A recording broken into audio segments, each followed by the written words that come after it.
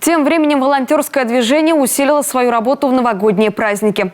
Поддержка медиков, ветеранов. Добровольцы продолжают помогать не только словом, но и делом. О тех, кто готов поддержать в трудную минуту, расскажет Ксения Лосева. Здравствуйте, меня зовут Алена. Представьтесь, пожалуйста, как вас зовут?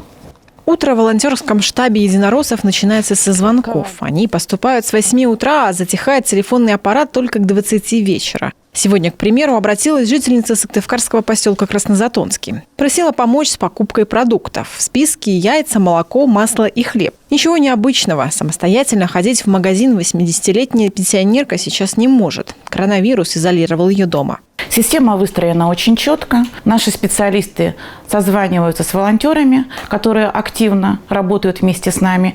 И наши волонтеры очень быстро отрабатывают заявки в течение часа. Заявку пенсионерки передают волонтеру Наталье Снегур. Та помогает нуждающимся еще с начала пандемии. За день посещает до 5 адресов. Обычно запросы такие, что продукты питания, да, лекарства в соответствии там, с показаниями. Да. Но иногда, конечно, проявляют такую творческие запросы, бывают определенной категории: колбасу, молочную продукцию, да, сыры.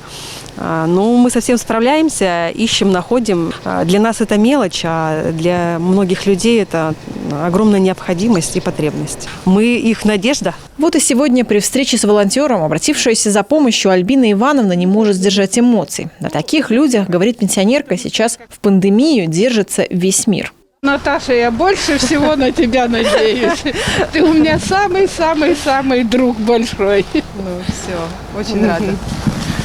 Не болейте, главное. Постараюсь. Кто-то и ходить не может уже, а как-то все стесняемся мы, что вот такие молодые были, шустрые такие, а теперь вот, значит, надо и молодежи побольше внимания обращать на людей в возрасте. С пандемией были выделены категории граждан, которые особо подвержены заболеваниям, и те, кто действительно нуждается в помощи, поскольку они были изолированы дома.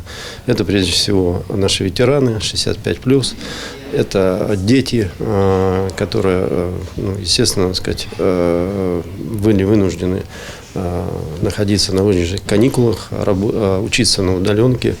Это медики, которые борются с пандемией и находятся 24 часа на своих рабочих местах.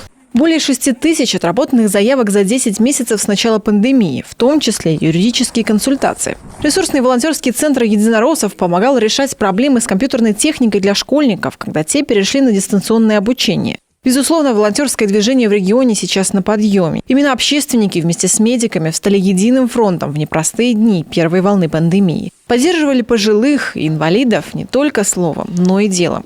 Сегодня добровольчество для многих – образ жизни, стремление менять мир в лучшую сторону и делать добро. Ксения Лосева, Дмитрий Булаев, телеканал Юркан.